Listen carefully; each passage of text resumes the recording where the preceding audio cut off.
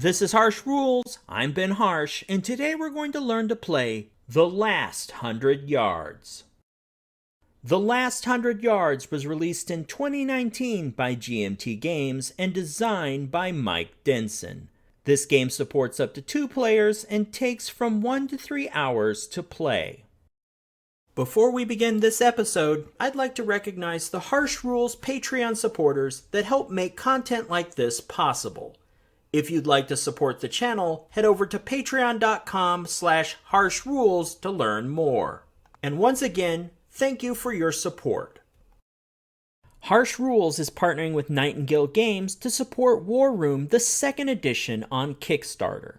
If you missed the main campaign in June, don't worry, there's still an opportunity to order at a discounted price. And if you already own the 1st edition, you don't need to buy the entire game again. Post-launch, enhanced components like the redesigned morale board, the nano expansion, and other game upgrades will be available at the Nightingale Games web store. So don't miss out on Warroom's 2nd edition, and keep your eyes on this channel for a rules breakdown on the new quick battle system and other enhancements.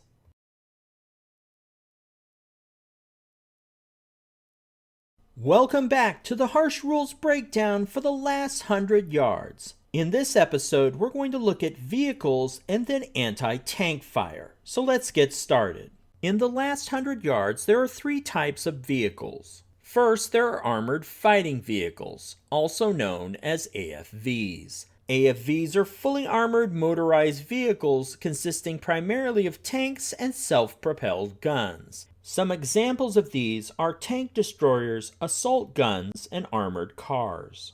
AFVs are single-step combat units that can be easily identified by their double yellow armor values on the lower right-hand side of their counter. AFVs will also have a platoon identification in the bottom center of their counter. Next are fighting vehicles, or FVs, which are trucks or half-tracks with a main gun. Fighting vehicles can be a little tricky to identify. The sure way to identify them is by their anti-tank value. A fighting vehicle will have an anti-tank value greater than or equal to 0. The third category are known as carriers. These are motorized vehicles used primarily for the transport of non-vehicular units. They can be identified as a vehicle with an anti-tank value less than 0 or no anti-tank rating at all. There are 2 types of carriers. Tracked or half-track carriers count as a single-step combat unit. These will have an anti-tank value less than 0. Wheeled carriers, such as trucks and jeeps, are 0-step non-combat units. These types of carriers will not have an anti-tank value.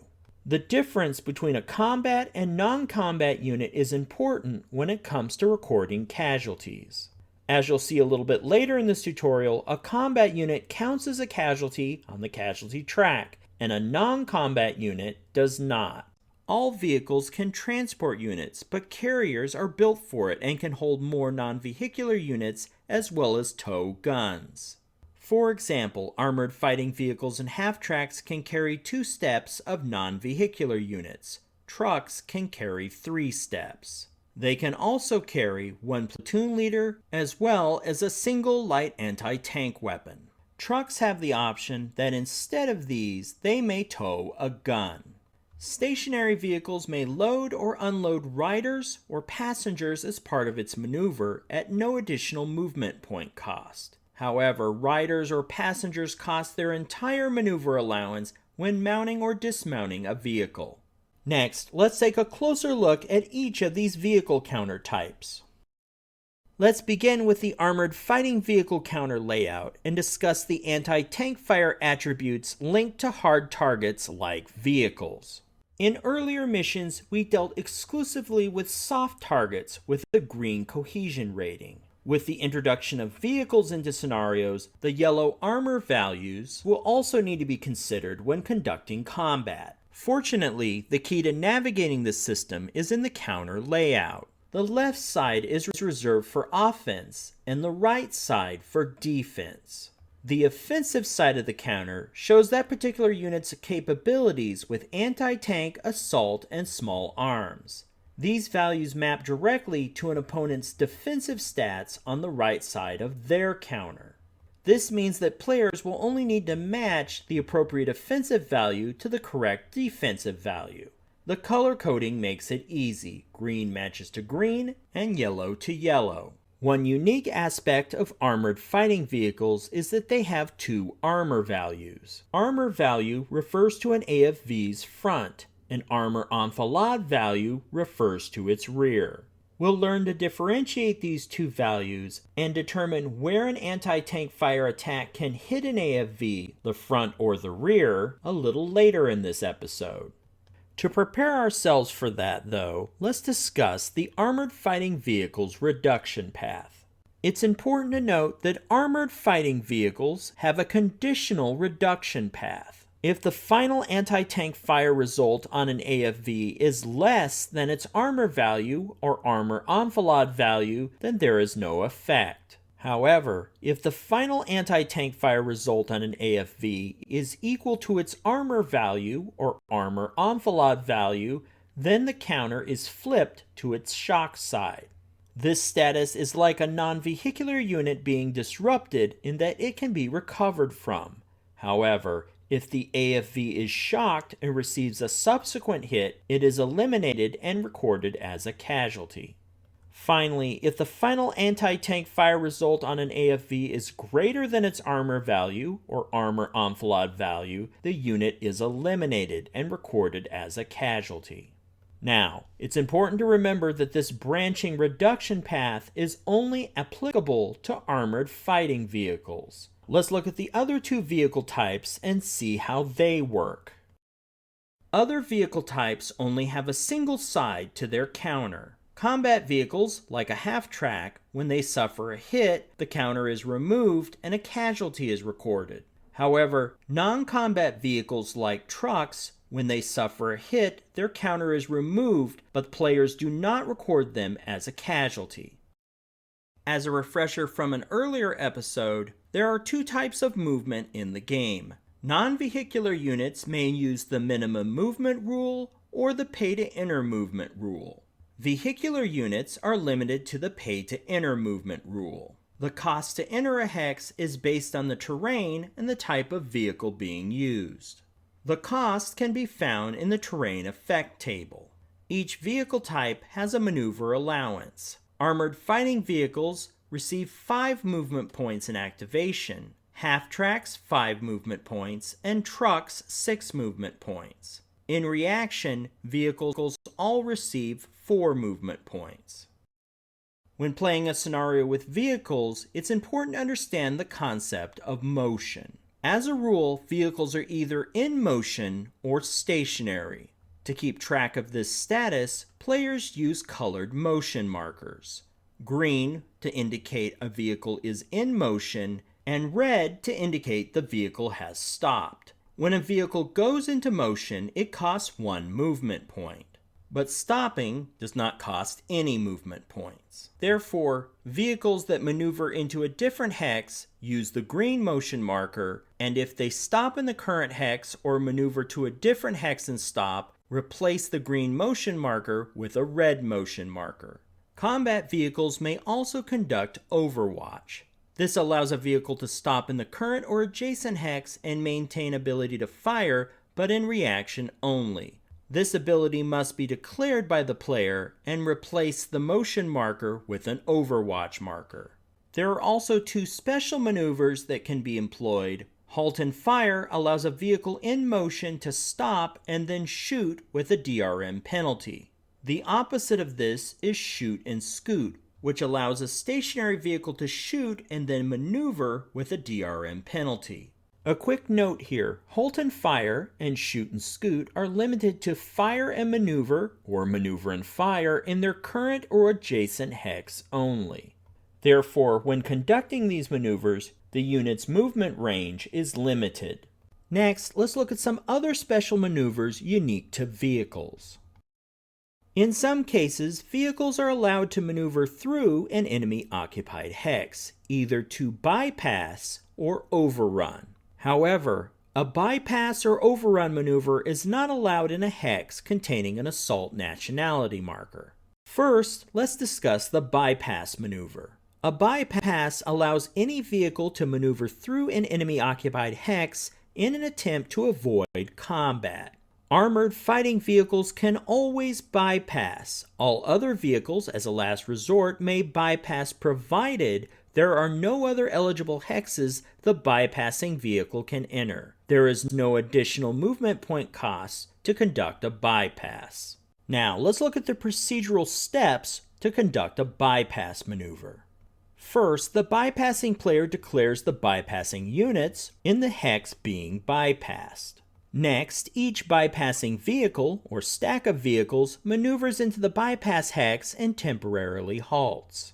Then, each undisputed non-shocked enemy unit in the bypass hex may immediately conduct anti-tank reaction fire, if they're capable, against a single bypassing vehicle, or small arms reaction fire against any riders. Please note that split fire is not allowed. And finally, once the bypass reaction fire is completed, the bypassing vehicles must exit the hex and complete their maneuver. Now, as you can see, bypassing is pretty straightforward. Overruns, on the other hand, are a little more complicated. Let's take a look. Another special maneuver with vehicles is being able to conduct an overrun. Vehicles with a small arms value or an anti-tank value may overrun an enemy-occupied hex provided that hex is in open terrain. An overrun costs 2 movement points to conduct. There is one exception to this. An armored fighting vehicle may overrun any enemy unit in an enclosed road hex provided it enters and exits the overrun hex along the road. Vehicles are limited to a single overrun per game turn and cannot overrun the same hex twice. In addition, a hex cannot be overrun more than once per game turn. With overruns, there are some restrictions. Players cannot conduct an overrun in hexes with a fortified position or armored fighting vehicles. And fighting vehicles and half-tracks cannot overrun a hex containing a towed gun, fighting vehicle, or half-track. And finally, overruns cannot be conducted if armored fighting vehicles are carrying riders or half-tracks are transporting towed guns. Now, let's walk through the procedural steps for conducting an overrun. First, the player conducting the overrun declares the overrunning units and the hex or units being overrun. A quick note, if overrunning with 2 vehicles, they must occupy the same hex at the beginning of their action. In step 2, each overrunning vehicle or stack of vehicles maneuvers into the overrun hex. Then they expend 2 movement points, 1 movement point for the hex and 1 for the overrun, and then temporarily halt. In step 3, enemy vehicles in the hex being overrun may immediately maneuver to avoid the overrun, but in doing so cannot shoot and scoot, halt and fire, conduct their own overrun, load or unload, or enter Overwatch. In step 4, it's time to conduct overrun fire. Each overrunning vehicle is limited to one of the following fire actions. For small arms fire, a small arms die roll modifier marker equal to the small arms value of the overrunning vehicle less any terrain effects modifiers is placed in the overrun hex. Or, with anti-tank fire, an unmodified 2 anti-tank die roll modifier marker is placed on a single towed gun or vehicle in the overrun hex if the overrunning vehicle is an armored fighting vehicle with an anti-tank value greater than or equal to 0. In step 5, it's time for overrun reaction fire. This occurs immediately and is limited to fire from units in the overrun hex against the overrunning vehicle depending on its type. If an armored fighting vehicle, overrun units with an anti-tank value greater than or equal to 0 and that have not conducted an action, must conduct anti-tank fire against a single armored fighting vehicle. Split fire is not allowed.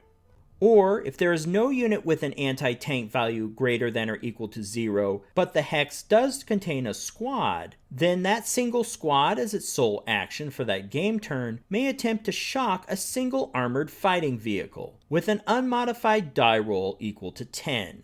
When handling Overrun reaction fire with a fighting vehicle or a half-track, non-vehicular units excluding towed guns in the Overrun hex with an anti-tank value may conduct anti-tank fire against a single fighting vehicle or half-track. And finally, once Overrun reaction fire is completed, the overrunning vehicle or vehicles, unless destroyed or shocked, must exit the Overrun hex and complete their maneuver. And now that we've covered maneuvers, let's look at how anti-tank fire works.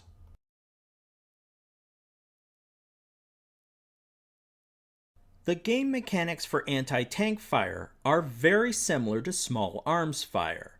In the action phase for anti-tank fire attacks, players assign yellow DRM markers to targets that are then resolved in the fire resolution phase. In this example, first the U.S. Armored Fighting Vehicle in M4A3 establishes line of sight to the German Armored Fighting Vehicle in STUH-105 to confirm it is an eligible target.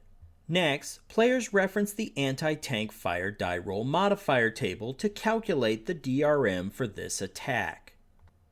The U.S. unit has an anti-tank fire value of 3, which is our first modifier for the calculation.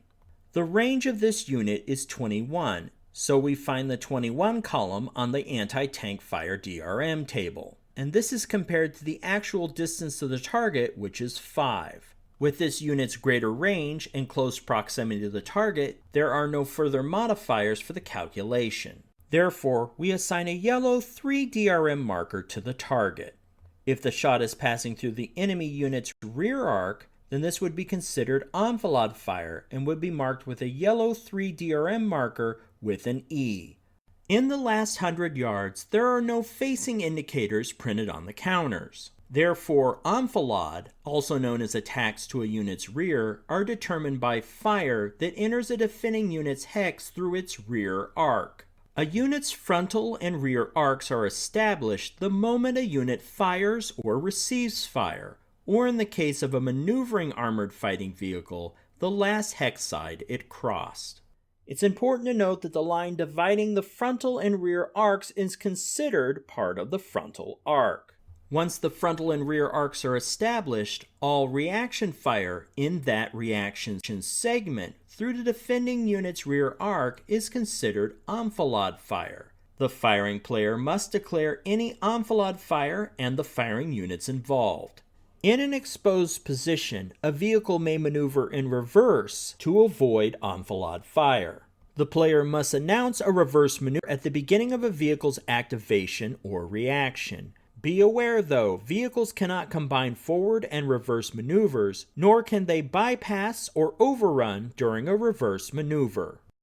Now, when a unit is marked with an anti-tank die roll modifier marker, the following rules are in effect. First, vehicles and towed guns may conduct normal actions. However, vehicles that subsequently maneuver into another hex carry those anti-tank die roll modifier markers with them. Remember that enfiladed vehicles are marked with an anti-tank die roll modifier marker containing a subscript E. And when conducting multiple anti-tank fire actions against two enemy armored fighting vehicles in the same hex, the anti-tank fire actions must be distributed equally amongst the two armored fighting vehicles if possible. Later, during the fire resolution phase, to resolve this anti-tank fire attack, we merely roll a 10-sided die and modify the result with a 3 as printed on the marker. This final fire attack result is then compared to the unit's armor rating. In an enfilade attack scenario, the armor enfilade number above this is used. For our AFV example here, if the final anti-tank fire result is less than the AFV's armor rating or armor enfilade rating if in that situation, then there is no effect. Also note that if the anti-tank fire is against a vehicle and the unmodified die roll is less than or equal to 2, then there is no effect. When attacking an armored fighting vehicle on the other end of the scale, though, a final anti-tank fire result equal to the armor rating, whether that's the front armor rating or the enfilade rating, will flip an armored fighting vehicle over to its shock side. In that vulnerable state, a subsequent hit will eliminate the AFV and be recorded as a casualty. And if the final anti-tank fire result exceeds the armor rating or armor enfilade rating, in this example that would be a 9 or higher, then the AFV is eliminated and recorded as a casualty. Now, remember this branching path is applicable to armored fighting vehicles only. Fighting vehicles and carriers cannot be shocked. They are eliminated if the final anti-tank fire result is greater than its armor value. And as you've no doubt noticed, much of these mechanics are very similar to small arms fire. So if you've already mastered small arms fire, learning these anti-tank fire rules should be fairly straightforward. And now that we've covered vehicles and anti-tank fire, you should be ready to play more missions in the last 100 yards. If you found this video helpful, please give me a like and share with your friends. To be the first notified when the next episode of Harsh Rules becomes available, please hit the bell icon for notifications. And as always, this has been Harsh for Harsh Rules. Thank you so much for watching, and I'll see you on the next video.